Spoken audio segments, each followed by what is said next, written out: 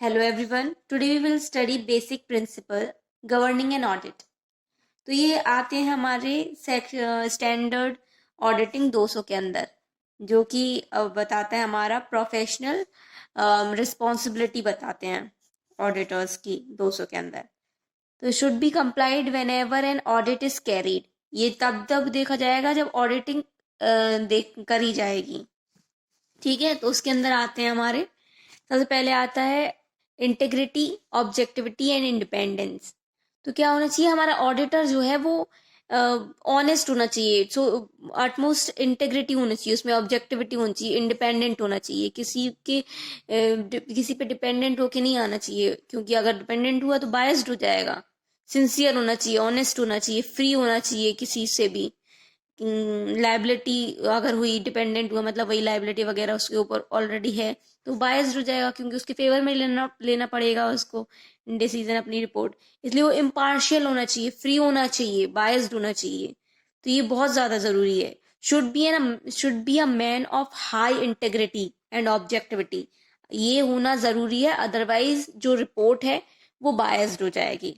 इसलिए पहला पॉइंट यही है, इंटेग्रिटी, ऑब्जेक्टिविटी एंड इंडिपेंडेंस.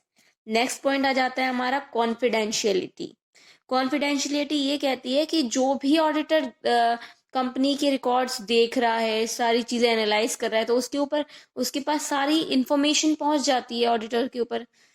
तो ऑडिटर को सारी की सारी इंफॉर्मेशन जो है कॉन्फिडेंशियल रखनी चाहिए. ये जो इंफॉर्मेशन है, जो कंपनी की जो ऑडिटर के पास आ गई है, ये वो किसी को डिस्क्लोज नहीं कर सकता है. अगर किया तो उस पर चार्जेस लगेंगे और उस पर एक्शन लिया जाएगा. ठीक है, तो should not disclose the information without the prior permission two of the client.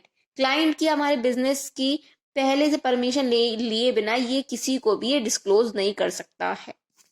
ठीक है, तो auditor should respect confidentiality of information during the course of his work. पूरे काम के दौरान वो ये कॉन्फिडेंशियलिटी मेंटेन करेगा, और ऐसा करेगा कि वो किसी को बताएगा नहीं उसके कोर्स ऑफ कंडक्ट. ठीक है, unless there is a legal duty to the disclose. जब तक वहां से कोई लीगल ड्यूटी नहीं होगी, कम अगर कोई लॉ से नहीं, कोई वहां मतलब कोई इन्वेस्टिगेशन हो रही है लॉफुली, तब तक नहीं वो डिस्क्लोज करेगा. ठीक है, उसके बाद थर्ड पॉइंट आ जाता है हमारा स्किल्स एंड कंपेटेंस. तो स्किल्ड होना चाहिए, वेल ट्रेन्ड होना चाहिए, उसमें इतना एक्सपीरियंस ऑलरेडी होना चाहिए कि वो ऑडिट कर पाए. ऐसा नहीं है कि नया नया सीए बना है, सीए फाइनल उसने दिया है और आके ऑडिट करने लगा. ऐसा नहीं होगा. उससे पूरा का पूरा एक्सपीरियंस्ड होना चाहिए. वो सीए जो होगा वो बहुत ज्यादा एक्सपीरियंस्ड होगा. Okay, so auditor must acquire educate training and experience, should be competent, skillful and keep himself abreast of the latest developments. और उसको अपडेटेड रहना चाहिए सारी इंफॉर्मेशन से जो कि रिसेंटली हो रही हैं. ऐसा नहीं है कि उसको करंट का कुछ पता ही नहीं है, उसको करंट से सब कुछ पता होना चाहिए. ठीक है, including the pronouncement of ICAI on accounting and auditing matter. और उसे ICAI के प्रोनाउंसमेंट सब पता होना चाहिए. Dynamic with environment, keep updated. और उसे अपडेटेड भी रहना चाहिए, करंट का पता होना चाहिए. Work perform by other. अब क्या हो रहा है कि अगर उसके बिहाफ पे किसी और ने थोड़ा बहुत काम किया है, ऑडिटर के थोड़ा बहुत रिपोर्ट किसी और से उसने हेल्प ली है, करवाई है, तो उसके लिए भी जो है हमारा ऑडिटर ही लायबल होगा, वही रिस्पॉन्सिबल होगा उस रिपोर्ट के लिए भी.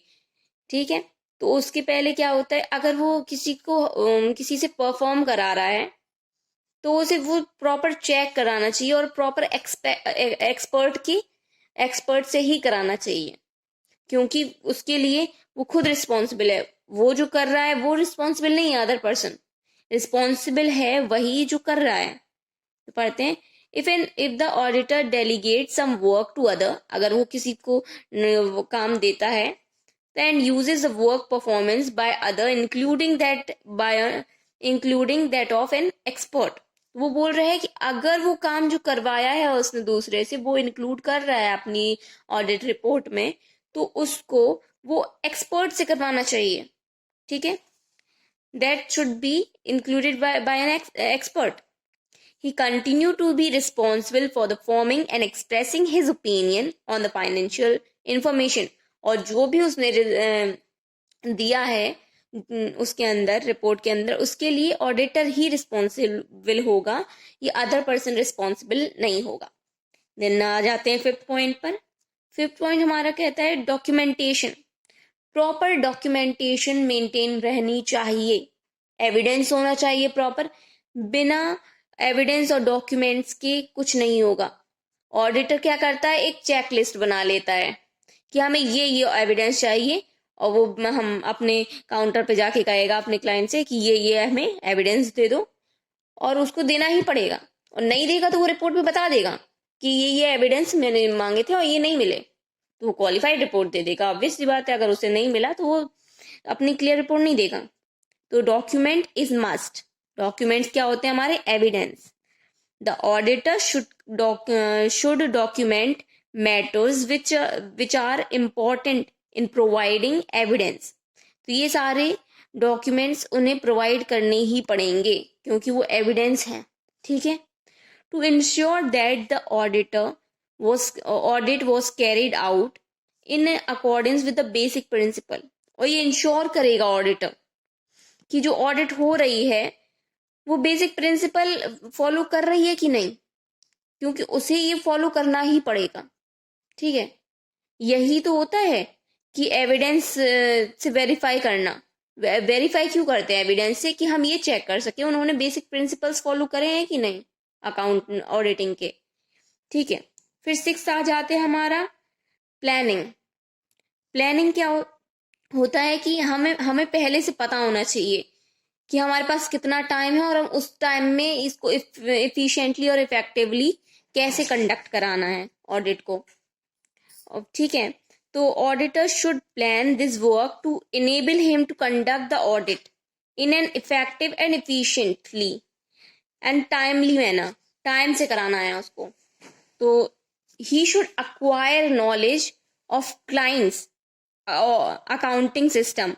क्लाइंट्स के अकाउंटिंग सिस्टम की उसे नॉलेज लेनी पड़ेगी, ठीक है. द एक्सटेंट ऑफ रिलायंस, जितना उसको खींचना है, उसको अकाउंट्स को उतना चेक करना है, जितना वेरीफाई करना है, उसके अकॉर्डिंग उसको उसकी नॉलेज लेनी पड़ेगी, क्योंकि जब ही चेक कर पाएगा जब उसको पूरा प्रॉपर नॉलेज होगी. That could be placed on internal control. और वो इंटरनल कंट्रोल में प्लेस कर दी जाएगी. And coordinate the work to be perform. उन सारे काम को कोऑर्डिनेट किया जाएगा कि वो परफॉर्म कर सके सही से. सेवेंथ आ जाता है हमारा ऑडिट एविडेंस. ऑडिट का एविडेंस क्या क्या हो सकते हैं. तो अभी हमने पढ़ा कि ऑडिट में एविडेंस मस्ट है, ठीक है. एक चेकलिस्ट बनाई जाती है उसमें कि ये एविडेंस चाहिए हमें. तो क्या एविडेंस उसकी हो सकते हैं.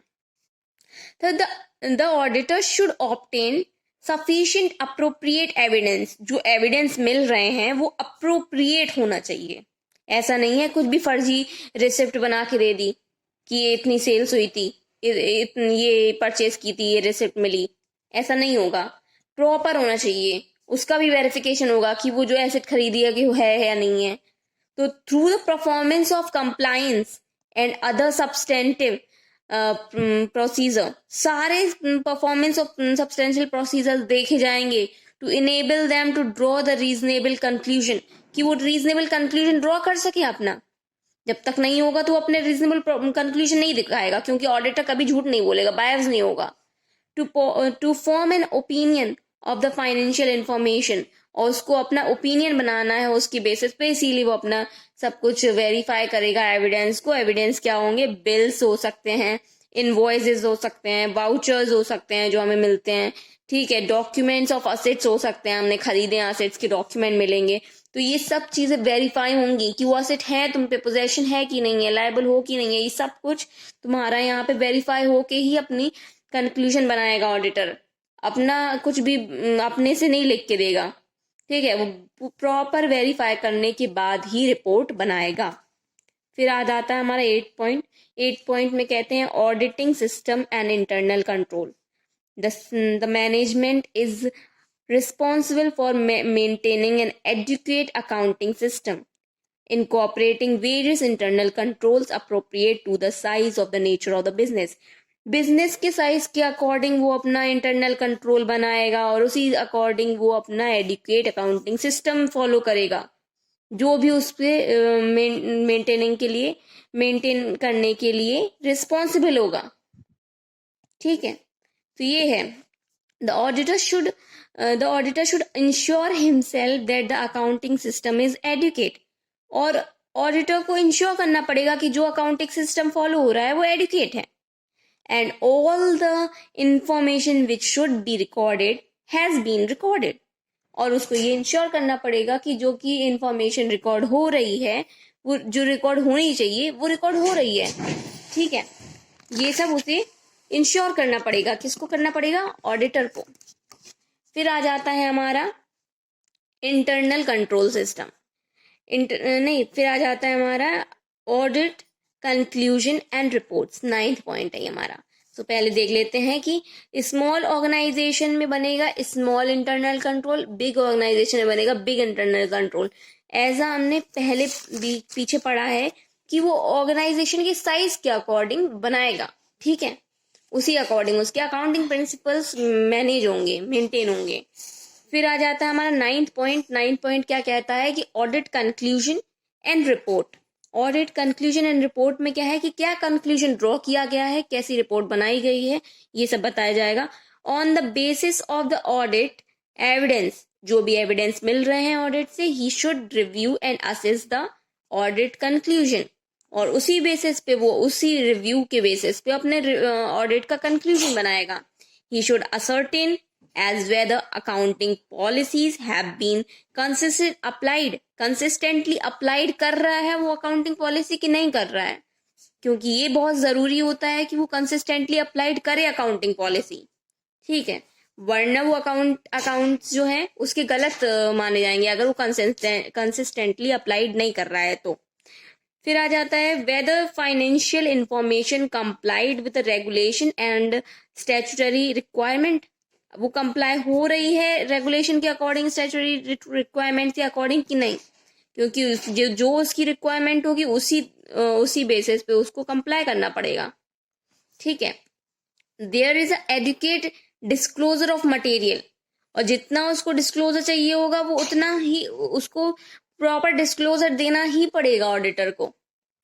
जो कंपनी है कंपनी को ऑडिटर को देना पड़ेगा, ये सारी प्रेजेंटेशन देनी पड़ेंगी, सब कुछ बताना पड़ेगा। जो बताएगा उसी के बेसिस पे वो अपनी रिपोर्ट बनाएगा। इसी चक्कर में उसको प्रॉपर डिस्क्लोज करना पड़ेगा सारे matters, material matters relevant to the presentation of financial information subject to statutory requirement. सब कुछ उसको डिस्क्लोज करना पड़ेगा ऑडिटर को, कि वो ऑडिटर अपना ओपिनियन सही तरीके से कंक्लूड करके अपनी रिपोर्ट में दे सके। The auditor's report should contain a clear written opinion on the financial information. Financial information पे ऑडिटर का written और clear वो होना चाहिए ओपिनियन, ये जरूरी है। ये रिपोर्ट में होना चाहिए written और clear. A clear audit report indicates the auditor satisfied in all aspects. और ये clear audit report बताती है कि हमारा जो ऑडिटर है वो सारे एस्पेक्ट्स पे सेटिस्फाइड है, कि उसको सारे वाउचर्स मिले, उसने सब कुछ वेरीफाई किया और उसने अपना कंक्लूजन उसके बेसिस बना लिया। When a qualified adverse disclaimer of opinion is to be given or reservation of opinion on any matter is to be made, the audit report should state the reason of देयरऑफ।